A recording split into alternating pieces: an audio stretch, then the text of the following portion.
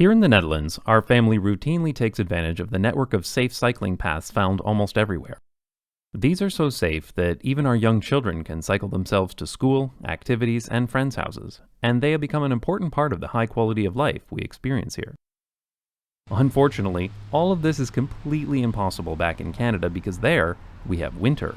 And of course, you can't cycle in the winter, or so I'm told, repeatedly, by people who've never tried it. This is the city of Oulu in Finland. It is considered the winter cycling capital of the world. This is a city where 22% of all trips are taken by bicycle, and where 77% of the population says they cycle at least occasionally. And yet, despite their harsh winters, over half of these people cycle all year round. And it's not just the young and the strong who cycle in the winter here. You'll see even very elderly people cycling in minus 20-degree weather. This is what the bicycle parking lot of a typical elementary school in Oulu looks like in January, because 52% of all trips to school and university are taken by bicycle. Somehow, even little Finnish kids can cycle all year round, so this does lead to the obvious question: why are Canadians such giant wimps? But maybe it's not quite that simple. This is the city of Tampere, also in Finland.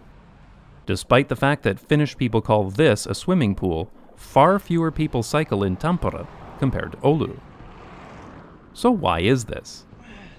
Fortunately, we don't have to guess, because researchers have studied and written papers about winter cycling, and the results are very clear. In cities with cold winters, there is almost no correlation between winter temperatures and the amount of winter cycling. Let that sink in.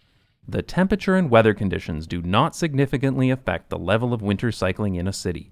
It is a complete myth that people do not cycle in the winter because of the cold.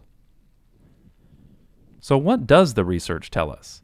Well, there need to be two things in place to get people to cycle like they do in Oulu. First, is there a network of safe bicycle paths? Is it possible to get to where you want to go without having to share the road or regularly cross paths with high-speed motor traffic? This is something that Oulu does exceptionally well. Oulu has 875 kilometers of separated bicycle paths that connect every part of the city. That's over 4 meters of bicycle path for every resident. In fact, Oulu has only about 600 meters of painted bicycle lanes in the entire city, which makes perfect sense because when it snows, you can't see white paint. But you can see images cleverly projected on the snow from above. Nicely done, Oulu. And this is not some kind of super compact medieval European city either. Oulu has plenty of car-centric sprawl and many people live in single-family homes. In fact, it has almost exactly the same urban population density as my hometown of London, Ontario in Canada. Like, this is creepy how close these numbers are. And why is it that every city has the ugliest flags, except for Amsterdam? Anyway, there is literally zero reason why a typical mid-sized Canadian city couldn't be like Oulu if it was designed properly. Oulu just takes the effort to connect every resident to the places they want to go with safe paths for walking and cycling. And even better, many of these bicycle paths are designed to be shortcuts that are faster than driving, encouraging people to cycle even more, just as is done in the Netherlands. And if that wasn't enough, Oulu also has over 300 underpasses that pedestrians and cyclists can use to avoid major roads. These make it possible to cycle entire journeys without ever encountering a traffic light, or even needing to stop. This should not be a surprise to anyone. A network of safe bicycle lanes is the single biggest predictor for the level of cycling in any city in the world. It's significantly more important than any other metric, including culture, distance, hills, and in this case, weather. After a safe bicycle network, the next most important element is snow removal. Is the bicycle network properly maintained in the winter? And this is the real key to Oulu's success, as there are very, very, very few cities that do this well. Toronto, as an example, is a city with fairly mild winters, compared to Finland and most of Canada for that matter. Yet very, very few people cycle there in the winter. When you look at videos of winter cycling in Toronto, is there any surprise? Most of Toronto's bicycle paths are painted bicycle gutters. These become dumping grounds for snow. They're routinely driven over by drivers, leaving tread marks that melt and refreeze into impassable paths of jagged ice, forcing cyclists to share the road with cars. Even the proper separated bicycle paths often get snow dumped in them by snowplows. And only a fraction of the already minuscule bicycle network is maintained in the winter. The city says they don't even start plowing unless there's more than 5 centimeters of snow. This is the reason why few people cycle through the winter in Toronto, or any other Canadian city, not the weather. In Oulu, the priority bicycle routes are all plowed within 3 hours of a 2-centimeter snowfall, and they will be plowed multiple times per day if necessary. Snow removal contractors guarantee that the depth of the snow will never exceed 4 centimeters, and they maintain the paths with hard-packed snow that is free of ice and debris, making it easy to cycle on. To put it simply, the bicycle paths in Oulu are considered important pieces of infrastructure that get people from point A to point B. So they don't want cyclists to start competing for space on public transit, or worse, to drive cars, just because it snowed. They make it a priority. Oulu proves that cold is not the issue. Snow is not the issue. Winter is a lazy excuse used by ignorant people to make the discussion of safe road infrastructure go away. The snow might explain why only 22% of trips in your city are taken by bicycle instead of, say, 42%. But when less than 2% of your population rides a bike, it's not because of the weather. It's because people don't feel safe cycling. Period. The truth is, cycling in cold weather is really not bad at all. Toronto routinely gets cold days, but without much snow, where the roads are perfectly clear. So after getting sick of waiting on transit vehicles that were constantly stuck in traffic because Canadian public transit is stupid and counterproductive, I decided to try cycling to work in the winter, and it was fine. There's nothing hardcore or extreme about cycling in winter.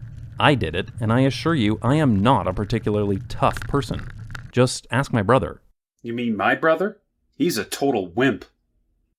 At first, I had some problems with ice, but then I discovered studded winter tires. These things are like magic on ice. I never slipped once when using them. It's interesting to note, though, that most people do not use studded tires in Oulu, because when you plow your bicycle paths properly, they're not slippery at all. And the same goes for sidewalks. Seriously, winter maintenance of the sidewalks and bicycle paths in Oulu is incredible. This is complicated and expensive, but it's still a fraction of the cost of maintaining wide roads and highways for cars. Oulu shows what is possible if your city isn't bankrupt from maintaining too much car infrastructure. Oulu tracks data on cyclists very well with automated bicycle detectors like these. What's interesting is that the number of people cycling in winter stays pretty consistent until the temperature goes below about minus 20 degrees, and even then, it only drops by 15%. This may surprise you, but one thing I consistently hear from people who try winter cycling is that they're a lot warmer than they thought they'd be. I thought cycling in the winter would be frigidly cold, but you warm up surprisingly quickly. And cycling in the snow is actually quite pleasant. Drivers typically drive much slower, the noise pollution of the city is muffled, and it's easy to maintain a comfortable temperature in all but the coldest weather conditions. I definitely prefer it, by far, to cycling in the rain. Some people like to talk about the gear you need for winter cycling, so I'll share what I would typically wear when cycling in the winter. First, I recommend a jacket. This is like a big warm shirt that you wear over your clothes. Next, you'll need gloves. These are kind of like shoes, but for your hands, which is why both the Dutch and the Germans call them hand shoes. I'd also recommend one of these woolen head coverings. People call these by many different names, but they're all wrong. It's called a toque. Now that you've got your specialized gear, you're ready to go cycling in the winter.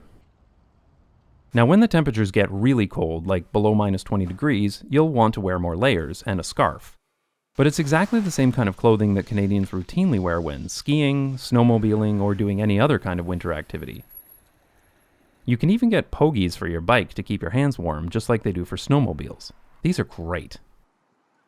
Thankfully, several frigid Canadian cities have stopped giving cyclists the cold shoulder and are warming up to the idea of winter cycling, though progress is still glacial. Insert joke about snow.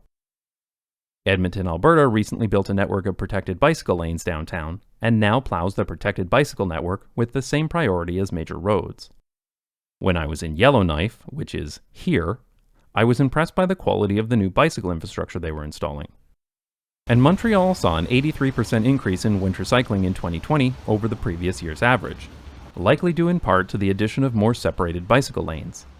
They've also started to use not just snowplows, but ice crushing machines like this one to clear the bicycle paths. And I really enjoy the dramatic music in the manufacturer's marketing video.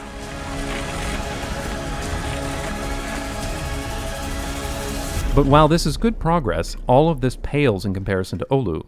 Edmonton only plows a small 8-kilometer bike network downtown, and only within 24 hours.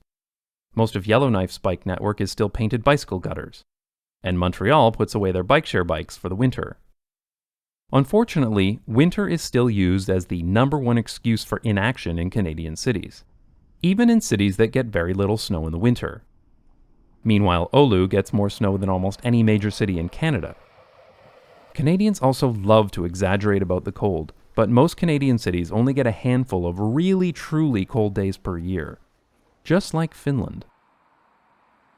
But when your only exposure to winter is the walk across the parking lot to your car, you never get used to the weather, and you get an exaggerated sense of how cold it gets. Ultimately, like everything else with cycling, it just comes down to safety and convenience, and cold weather doesn't significantly change that. A great place to learn more is the Winter Cycling Congress that happens every February. This event brings together advocates and professionals with a goal of making year-round cycling a normal and practical activity, a viable transportation option for people of all ages and abilities, regardless of winter weather conditions. This year, the Congress is being held online on February 11th, so it's easier than ever to attend. More information on that is in the comments and at wintercycling.org. But whether you attend the Winter Cycling Congress or not, we need more people to learn the truth about winter cycling. It's not the cold. It's not the snow. It's a proven fact that people of all ages will ride a bicycle in the winter, but only if the city is designed for it. And more places should be designed this way so that cities can be as healthy, productive, convenient, and sustainable as Oulu. I'd like to thank my supporters on Patreon who pay me to call out wimpy snowflake Canadians who can't handle a little bit of cold. If you'd like to support the channel and get access to bonus videos, visit patreon.com/notjustbikes.